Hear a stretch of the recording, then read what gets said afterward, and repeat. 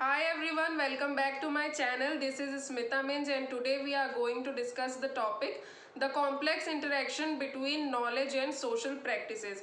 यानी कि इस वीडियो में हम देखने वाले हैं कि नॉलेज और सोशल प्रैक्टिस के बीच में किस प्रकार का रिलेशन है या ये दोनों चीज़ें आपस में किस प्रकार से जुड़ी हुई है। यानी कि ज्ञान और जो सामाजिक गतिविधियां हैं वो कैसे एक दूसरे से जुड़ी हुई है या ज्ञान या शिक्षा जो है वो किस प्रकार से सामाजिक गतिविधियों को जो है इफेक्ट करता है या प्रभावित करता है। ये आप लोगों को बीएड के सेकेंड सेमेस्टर में एक सब्जेक्ट रहता है करिकुलम एंड नॉलेज, इसके अंदर ये टॉपिक आप लोगों को देखने की और पढ़ने की ज़रूरत होती है। तो स्टार्ट करते हैं और पहले देखते हैं इसका एक इंट्रोडक्शन पार्ट।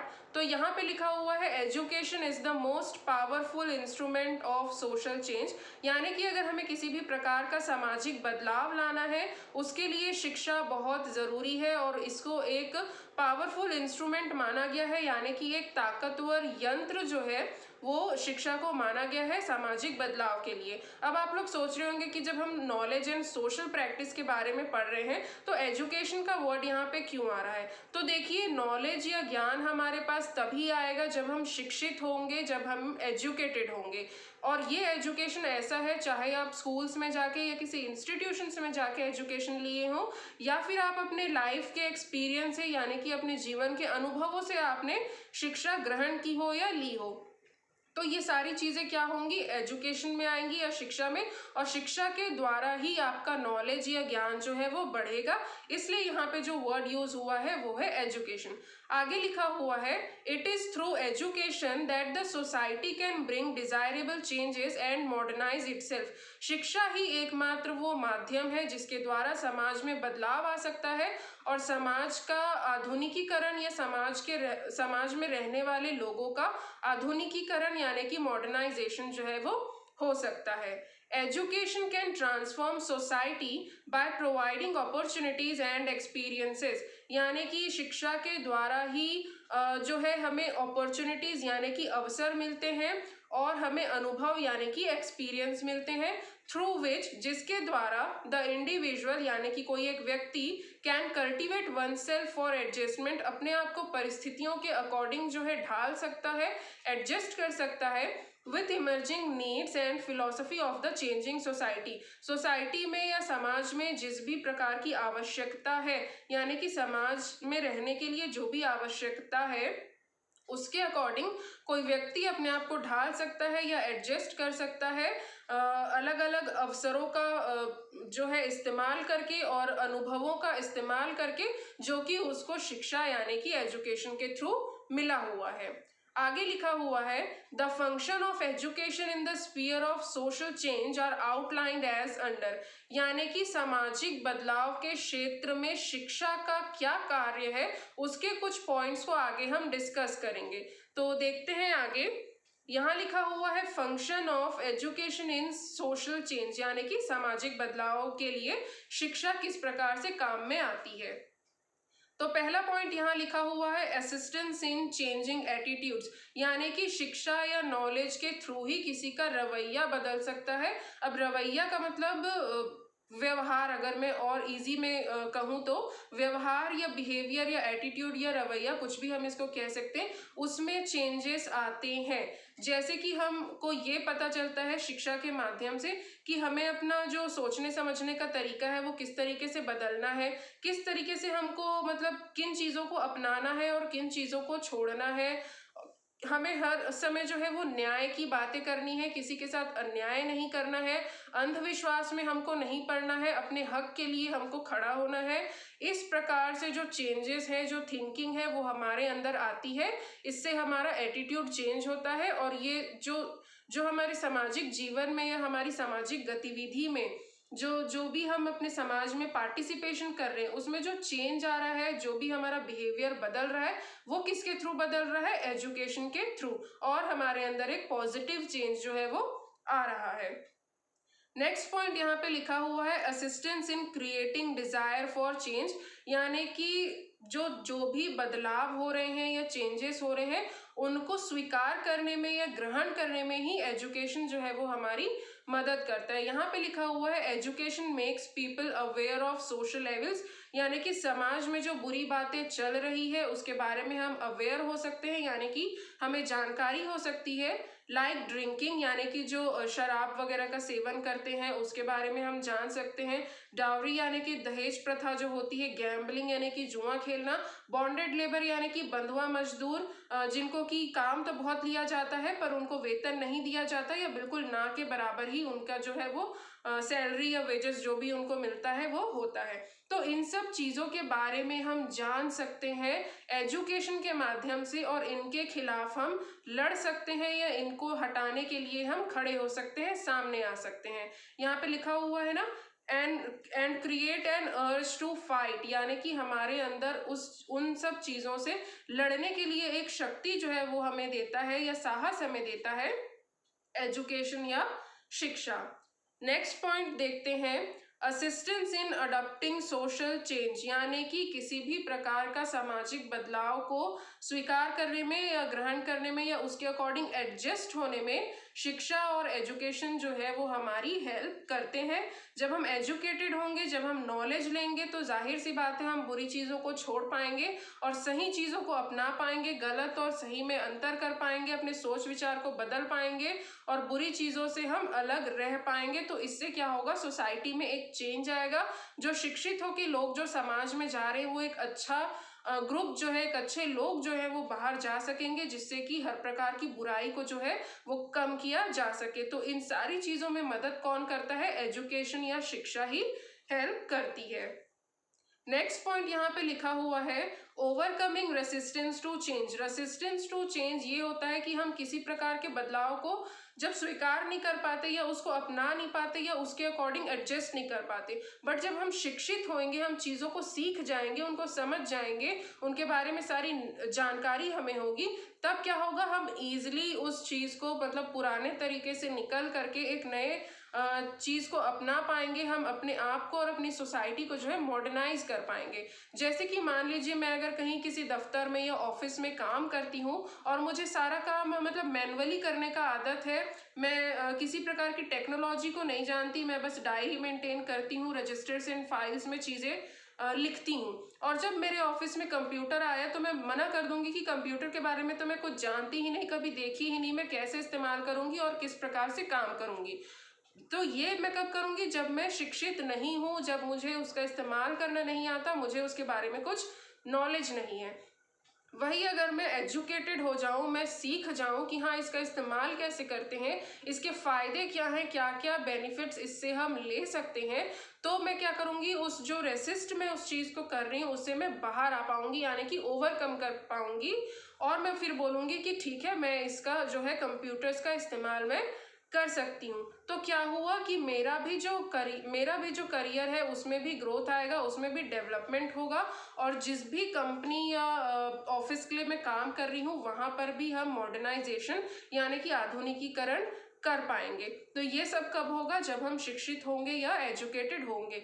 तो एजुकेशन का एक कार्य क्या है कि वो हमें नई चीज़ों से इंट्रोड्यूस कराता है और हमें बदलाव के लिए तैयार करता है।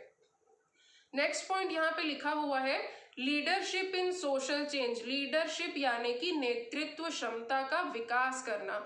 हम अपने अंदर कोई लीडरशिप क्वालिटी या नेतृत्व करने की जो क्षमता है वो ला सकते हैं एजुकेशन के थ्रू। अगर हमें किसी विषय के बारे में या किसी लाइन के बारे में नॉलेज ही नहीं है, हमको ज्ञान ही नहीं है, तो हम किस प्रकार से उस चीज़ का नेतृत्व करें। नेतृत्व हम कहीं पर भी या लीडरशिप हम तभी कर सकते हैं जब हमें उस चीज़ के बारे में नॉलेज हो, हमको ज्ञान हो। और वो ज्ञान हमें कहाँ से मिलेगा, एजुकेशन यानी कि शिक्षा के थ्रू मिलेगा। और उसी के अकॉर्डिंग ही जब हम किसी चीज़ में शिक्षित होंगे, हमें ज्ञान होगा, तभी हम नेतृत्व कर पाएंगे और किसी चीज़ में बदलाव या परिवर्तन हम कर पाएंगे। यहाँ लिखा हुआ है एग्जाम्पल के लिए, राजा राम मोहन रॉय और महात्मा गांधी के नाम यहाँ पे लिखे हुए कि ये लोग हाईली एजुकेटेड लोग थे, ये पढ़े लिखे लोग थे, तभी ये एक जो है मजबूत स्टेप या कदम जो है वो उठा पाए और जो है समाज में बदलाव ला पाए, और इनसे जो है हमें काफ़ी सारे फायदे हुए जो कि हम सब जानते हैं। तो लीडरशिप क्वालिटी हम में अगर लानी है तो उसके लिए भी एजुकेशन जो है वो ज़रूरी है, या एजुकेशन या शिक्षा हमारी हेल्प करता है। नेक्स्ट पॉइंट हम देखेंगे advances in the sphere of knowledge, यानी कि ज्ञान के क्षेत्र में किसी भी लाइन में हम आगे बढ़ना चाहें तो एजुकेशन ही मदद करता है एडवांसमेंट जो है वो हमारी सोसाइटी में लाने के लिए। यहाँ पे लिखा हुआ है new researches and inventions depend upon education, यानी कि नई नई जो भी खोज होती है या रिसर्च होता है और इन्वेंशंस यानी कि नए जो आविष्कार होते हैं वो डिपेंड करते हैं एजुकेशन यानी कि शिक्षा के ही ऊपर। बिकॉज क्योंकि ओनली द एजुकेटेड इंडिविजुअल्स, जो शिक्षित व्यक्ति हैं, can search for new things in every field, वही लोग अलग अलग फील्ड में जो है नई नई चीज़ों को खोज सकते हैं या खोजबीन कर सकते हैं या रिसर्च कर सकते हैं। अगर मैं शिक्षित नहीं हूँ और आप मुझे बोलेंगे कि इस बीमारी के लिए आप कुछ दवाई बना के दीजिए, तो मैं नहीं डेवलप कर पाऊंगी।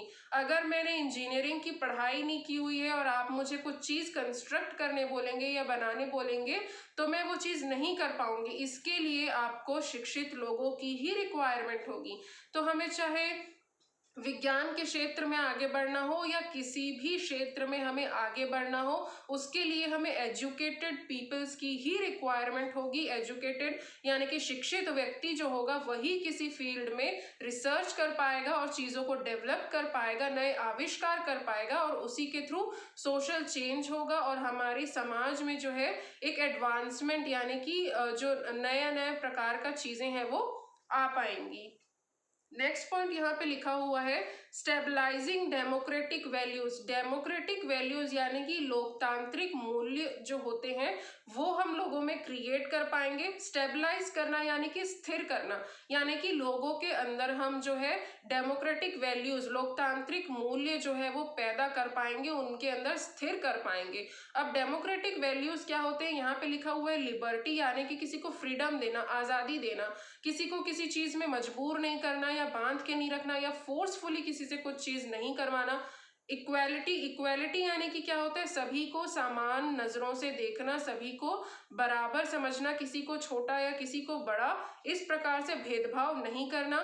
जस्टिस यानी कि हर किसी को न्याय दिलाना, किसी के साथ अन्याय या बुरा नहीं करना। म्यूचुअल रिस्पेक्ट यानी कि सभी को एक समान या एक बराबर लेके चलना और सभी की रिस्पेक्ट करना, उनको आदर देना।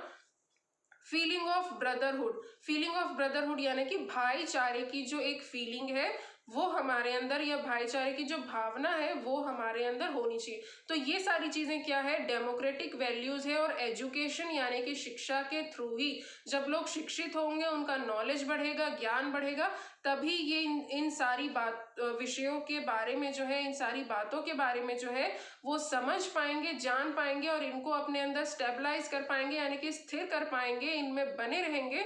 तभी वो एक अच्छा जो उनका कैरेक्टर है वो बनेगा और समाज में ऐसे लोग अच्छे कामों के लिए अपना कंट्रीब्यूशन जो है वो दे पाएंगे और एक सोशल चेंज यानी कि एक पॉजिटिव और अच्छे सामाजिक बदलाव को ला पाएंगे। नेक्स्ट पॉइंट हमको देखना है इकोनॉमिक प्रॉस्पेरिटी। इकोनॉमिक प्रॉस्पेरिटी यानी कि जो भी आर्थिक स्थिति है आपके सोसाइटी की या आपके देश की, उसको आप प्रॉस्पर कर सकते हैं यानी कि उसमें बढ़ोतरी कर सकते हैं एजुकेशन के माध्यम से। Education is the most important factor in achieving rapid economic development and technological process.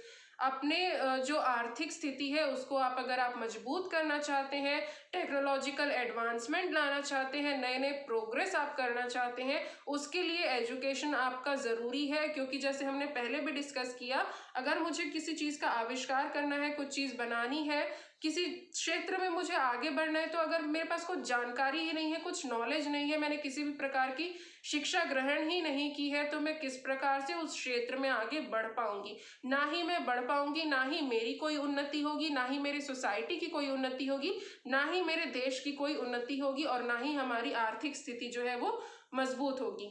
तो अगर इन सब चीज़ों में हमें डेवलप करना है, अपनी आर्थिक स्थिति को सुधारना है, तो एजुकेशन या शिक्षा बहुत ही ज़्यादा ज़रूरी है और एक इम्पॉर्टेंट रोल जो है वो प्ले करती है। नेक्स्ट और लास्ट पॉइंट हमें यहाँ पे देखना है नेशनल डेवलपमेंट। नेशनल डेवलपमेंट यानी कि अपनी कंट्री का ओवरऑल पूरा होल डेवलपमेंट आपको चाहिए, तब भी एजुकेशन मदद करती है, क्योंकि एजुकेशन जब आपके पास रहेगी तभी आप इकोनॉमिकल चेंजेस ला पाओगे, यानी कि जो आर्थिक स्थिति है उसको आप अच्छा कर पाओगे। पॉलिटिकल चेंजेस आप ला पाओगे, यानी कि राजनीतिक जो बदलाव है वो आप ला पाएंगे। जो बुरे लोग हैं उनको ना ला करके जो शिक्षित लोग हैं, अच्छे लोग हैं, जो कार्य करते हैं उन्हें आप आगे ला पाएंगे। कल्चरल चीज़ों में आप चेंज कर पाएंगे, यानी कि सांस्कृतिक बदलाव जो है आप कर पाएंगे। जो पुरानी परंपराएं या जो बिल्कुल व्यर्थ की चीज़ें हैं उनको आप छोड़ के जो अच्छी और कारगर चीज़ें हैं उनको सामने ला पाएंगे। साइंटिफिक चेंजेस आप ला पाएंगे, यानी कि जो वैज्ञानिक बदलाव है उसको आप ला पाएंगे, न्यू टेक्नोलॉजीज को ला पाएंगे, और नए नए चीज़ों का इन्वेंशंस, आविष्कार जो है ये सब सारी चीज़ें होंगी। मॉडर्नाइजेशन आएगा, एडवांसमेंट आएगा, टेक्नोलॉजी आएगी। और ओवरऑल जब आपकी इकोनॉमिक, पॉलिटिकल, कल्चरल, साइंटिफिक ये सारी चीज़ें जब चेंज होंगी और डेवलप होंगी तो ऑटोमेटिक जो आपका सोशल चेंज है वो होगा। सोशल चेंज यानी कि समाज में एक अच्छा बदलाव जो है आपको देखने के लिए मिलेगा। और ये सारी चेंजेस और जो सामाजिक बदलाव हो रहा है वो किस प्रकार से हो रहा है या किसके थ्रू हो रहा है? एजुकेशन यानी कि शिक्षा के ही माध्यम से हो रहा है। शिक्षित होंगे, ज्ञान बढ़ेगा, उसके द्वारा ही जो है वो चेंजेस आएंगे, बदलाव आएगा, एडवांसमेंट आएगा, आधुनिकीकरण आएगा। तो ये सारे पॉइंट्स थे कि नॉलेज और सोशल प्रैक्टिस यानी कि ज्ञान और सामाजिक गतिविधियां किस प्रकार से एक दूसरे से जुड़ी हुई है, रिलेटेड है, या इनका आपस में क्या रिलेशन है। इसके ये सारे पॉइंट्स हमने यहाँ पे जो है डिस्कस किया। उम्मीद है आप लोगों को एक्सप्लेनेशन जो है वो समझ आया होगा, अच्छा लगा होगा। पसंद आया होगा तो वीडियो को लाइक ज़रूर से कर दीजिएगा, सब्सक्राइब कर लीजिएगा चैनल को, एंड फ्रेंड्स के साथ शेयर करिएगा ताकि ये जो बीएड के नोट्स हैं वो सभी तक जा सके। मिलेंगे नेक्स्ट वीडियो में। Thank you.